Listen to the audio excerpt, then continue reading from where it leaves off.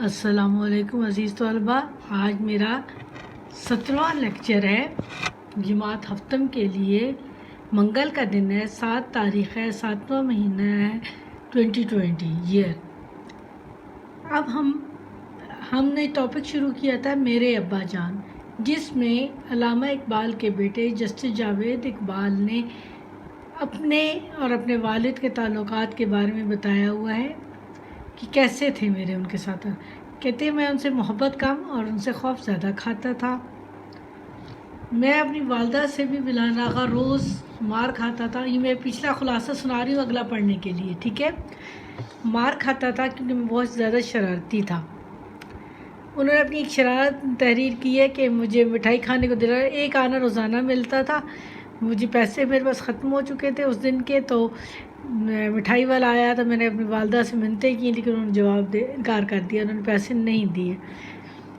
تو میں نے اس سے پوچھا کہ پیتل کے بدلے میں تم مجھے مٹھائی دو گے؟ تو اس نے ہاں کہہ دیا، چھابڑی فروش نے، جو ٹھیلوں پہ یا اس پہ لے کے کھانے کی چیزیں بیچ رہے ہوتے ہیں نا، ان کو کہتے ہیں خوانچہ فروش، ٹھیک ہے۔ تو وہ اسے کہہ دیا ہاں ٹھیک ہے میں دے دوں گا۔ تو آپ گئے علامہ اقبال کے کمرے میں، وہاں پہ ڈیجیٹل فین ایک ہوتا پڑا تھا پرانا، اس کے پیتل کے سارے پرزے اتارے اور اتار کر مٹھائی کھا لی۔ وہ ان کا شوفر جو ڈرائیور تھا، یعنی وہ دیکھ رہا تھا، اس نے آ کے علامہ اقبال کو بتا دیا کہ آپ نے یہ کیا حرکت کی ہے۔ اس بات پر، چوری کرنے پر آپ کو بہت زیادہ مار پڑی تھی، اور گردن کے پیچھے مارتے تھے علامہ اقبال، جہاں بہت سخت چوٹ لگتی ہے۔ اور کرکٹ کھیلنے سے بھی بچوں کو منع کرتے تھے، شور سے تنگ ہوتے تھے۔ اب میں آپ لوگوں کو نیکسٹ پیج جو ہم نے پڑھنے ہیں، ہم نے 4.7 کو ہم نے یہاں تک ممانعت کر دی، منع کر دیا گیا تک پڑھا تھا۔ اس کے ورڈ میننگ اور املا اتنے تک کہ میں نے کروا دی ہیں، آگے والے پھر ساتھ کرواؤں گے بھی۔ ابا جان کی تمنا تھی کہ میں تقریر کرنا سیکھوں، اس کے علاوہ یہ بھی چاہتے تھے کہ کشتی لڑا کروں، پہلوانی، کشتی۔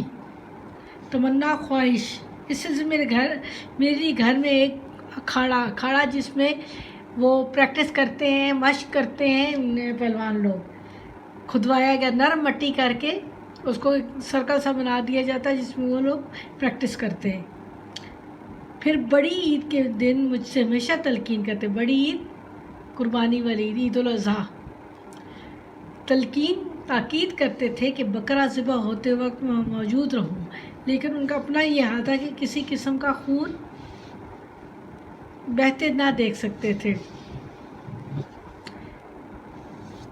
ابا جان کو انگریزی لباس سے سخت نفرت تھی، مجھے ہمیشہ شلوار اور اچکن پہننے کی تلقین کرتے تھے۔ اگر میں غلطی سے بھی اپنی قمیض یا شلواروں کا کپڑا بڑھیا قسم کا خرید لاتا تو بہت خفا ہوتے تھے، یعنی بہترین کپڑا یا قیمتی کپڑا خرید لاتا تو بہت خفا، ناراض ہوتے تھے۔ خفا کا مطلب ہے ناراض ہونا۔ تم اپنے آپ کو کس رئیس کا بیٹا، یعنی بہت امیر زادہ سمجھتے ہو؟ تمہاری طبیعت میں امارت کی بو ہے، تمہاری عادات امیروں والی ہیں۔ اگر تم اپنے یہ انداز نہ چھوڑے تو میں تمہیں کھدر کے کپڑے پہنا دوں گا۔ کھدر ایک کھردرا اور موٹا کپڑا ہوتا ہے جو کم قیمت بھی ہوتا ہے، سستا ہوتا ہے، اور اس کی کوالٹی اچھی نہیں ہوتی۔ میرے لیے 12 آنے سے زائد قمیض کا کپڑا خریدنا یا 8 روپے سے زائد کے بوٹ خریدنا جرم تھا، جس کی سزا کافی کڑی تھی۔ کڑی مین سخت۔ ویسے اگر انہیں کبھی یہ معلوم ہو جاتا کہ میں آج پلنگ پر سونے کی بجائے فرش پر سویا ہوں تو بڑے خوش ہوتے۔ عاجزی انکساری انہیں پسند تھی۔ اپنی زندگی میں صرف ایک بار انہوں نے مجھے بائسکوپ سینما دیکھنے کی اجازت دی۔ وہ ایک انگریزی فلم تھی جس میں نیپولین کا عشق دکھایا گیا تھا، مگر مجھے یاد ہے کہ ابا جان کو یہ نہ بتایا گیا، بلکہ کہا گیا کہ اس فلم میں نیپولین کے حالات زندگی ہیں۔ نیپولین ایک بہت بڑا سپہ سالار، یعنی فوج کا کمانڈر تھا، اور بہت بہادر انسان تھا۔ ابا جان دنیا بھر کے جری سپہ سالاروں سے والہانہ عقیدت، بہت زیادہ پیار احترام کرتے تھے، ان کا بہت عزت دیتے تھے۔ مجھے اکثر خالد بن ولید اور فاروق اعظم رضی اللہ تعالیٰ عنہ، خالد بن ولید رضی اللہ تعالیٰ عنہ، فاروق اعظم رضی اللہ تعالیٰ عنہ کی باتیں سناتے تھے۔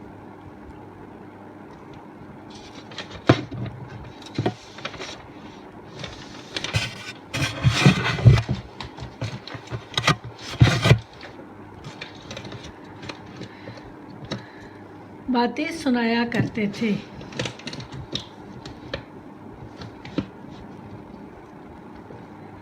آخری ایام میں ابا جان کی نظر بہت کمزور ہو گئی تھی، اس لیے مجھے حکم تھا کہ روزانہ صبح اخبار پڑھ کر سنایا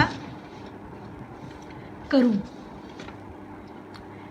اگر کسی لفظ کا تلفظ غلط ہو جائے، یعنی ادائیگی غلط ہو جاتی تھی، تو بہت ناراض ہوتے تھے۔ اس طرح رات میں کو انہی کی کوئی غزل گا کر بھی سنایا کرتا تھا، یعنی ترنم سے پڑھ کر سنایا کرتا تھا۔ ان دنوں مجھے صرف ان کی ایک غزل یاد تھی، گیسوئے تابدار کو اور بھی تابدار کر۔ ابا جان کے سامنے وہ غزل پڑھنا میرے لیے ایک مصیبت ہوا کرتی۔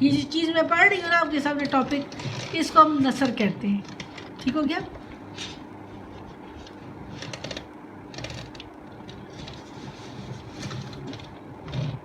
ابا جان سے لوگ گھر ملنے آتے تھے، ہر شام احباب کی محفل جمع کرتی تھی۔ بہت زیادہ دوست تھے آپ کے، اور لوگ اکثر آپ کو گھر کیوں نابینا ہو گئے تھے نا، تو وہ آ جا نہیں سکتے تھے، تو ان کے گھر ہی لوگ آیا کرتے تھے۔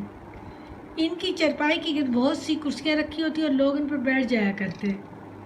آپ چرپائی پر ہی لیٹے ان سے باتیں کرتے رہتے۔ مجھے خاص طور پر حکم تھا کہ جب کوئی مباحثہ مین بحث چل رہی ہو، آپس میں اچھائی برائی ڈسکس ہو رہی ہوتی ہے جس کسی بھی موضوع کی، تو اس کو سننا چاہیے، اس سے بہت سی معلومات انسان کو ملتی ہیں، تو وہاں موجود ہوں۔ لیکن مجھے ان باتوں سے کوئی دلچسپی نہ ہوا کرتی، اور میں موقع پا کر وہاں سے کھسک جاتا، یعنی وہاں سے بھاگ جاتا، جس پر انہیں بہت رنج ہوتا، اور اپنے احباب سے کہتے یہ لڑکا میرے پاس بیٹھنے سے گریز کرتا ہے، یعنی مجھ سے دور بھاگتا ہے۔ اب وہ تنہائی محسوس کرنے لگے تھے۔ اکثر افسردگی سے کہا کہ میں سارا دن یہاں مسافروں کی طرح پڑھا رہتا ہوں، میرے پاس آ کر کوئی نہیں بیٹھتا۔ آخری رات ان کی چرپائی گول کمرے میں بچھی تھی، ڈرائنگ روم گول کمرے کو کہتے۔ عقیدت مندوں کا جھمگھٹا، جو بہت پیار کرتے تھے، احترام کرتے تھے، ان کا رش لگا ہوا تھا۔ جھمگھٹا بہت زیادہ لوگوں کا ہونا، ہجوم۔ میں کوئی 9 بجے کے قریب اس کمرے میں داخل ہوا تو پہچان نہ سکے۔ پوچھا کون ہے؟ میں نے جواب دیا میں جاوید ہوں۔ ہنس پڑے، بولے جاوید بن کر دکھاؤ تو جانے۔ جاوید کا لفظی مطلب ہوتا ہے ہمیشہ رہنے والا، اور کوئی ایسا کام کرے کہ آپ کو دنیا میں ہمیشہ یاد رکھا جائے، تو اس وجہ سے جاوید بن کر دکھاؤ تو جانے، یعنی ایسا کوئی کام کرو کہ ہمیشہ کے لیے یاد رہ جاؤ تم۔